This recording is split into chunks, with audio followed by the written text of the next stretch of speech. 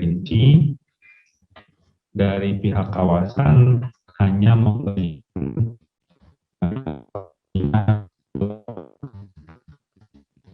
bukan bimbingan ya sebetulnya, kan informasi saja. Jadi dari pihak kawasan selalu menekankan kepada pemerakarsa atau tenan untuk membuat dokumen itu dengan konsultan lingkungan. Hal ini kenapa? Karena pertama, satu, sumber daya dari kami juga terbatas. Kedua, waktunya juga tidak ada. Nah, makanya kami selalu meminta kepada tenan jika ingin membuat dokumen lingkungan, entah itu rinci atau TPS 3, berhubunganlah dengan konsultan lingkungan. Jadi cukup banyak saya rasa dokumen konsultan lingkungan yang sudah mumpuni, yang sudah biasa melakukan proses-proses ini, dokumen-dokumen ini. Saya rasa itu lebih enak lebih nyaman juga untuk tenan yang bersangkutan, pemerakarsa yang bersangkutan, dan juga lebih cepat prosesnya. Jadi kami tidak melakukan seperti kayak bimbingan gitu, tidak. Kami hanya melakukan pemeriksaan.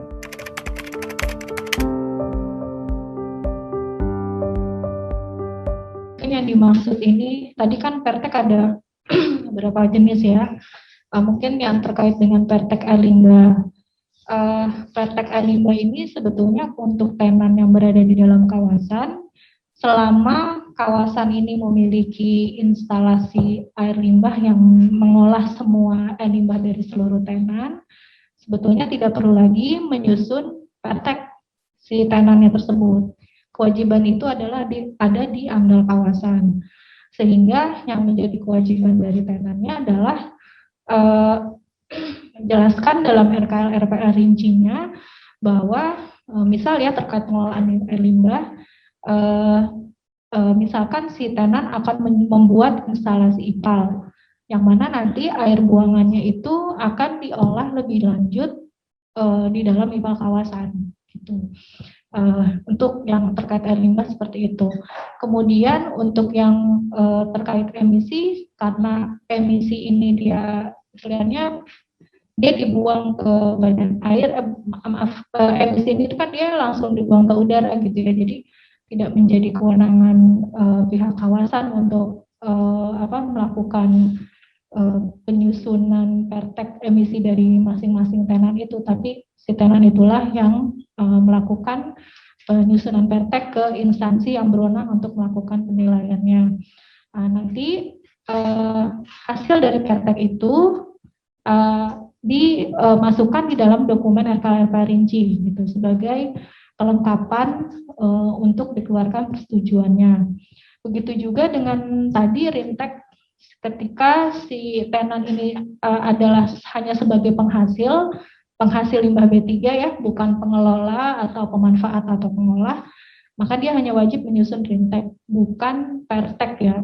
Nah, rintek ini ketika sudah diperoleh rekomendasinya dari instansi yang berwenang, mungkin dalam hal ini LH, maka dokumen rekomendasinya ini diintegrasikan ke dalam dokumen rincian teknis.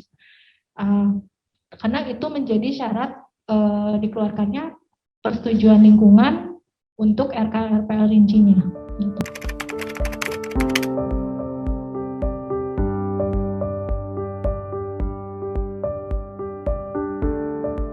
Untuk RKL rinci, seperti tadi alurnya, jika sudah dilakukan pemeriksaan, kemudian sudah dilakukan rapat atau sidang untuk pemeriksaan substansinya, itu seandainya sudah ada perbaikan ataupun tidak ada perbaikan, itu akan kita keluarkan persetujuan lingkungannya.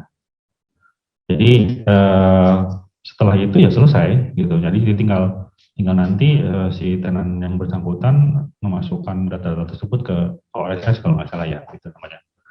Ya, kalau namanya dokumennya sudah selesai, sudah dilakukan revisi, sudah dilakukan perbaikan, ya kita akan keluarkan persetujuan lingkungannya. Itu aja.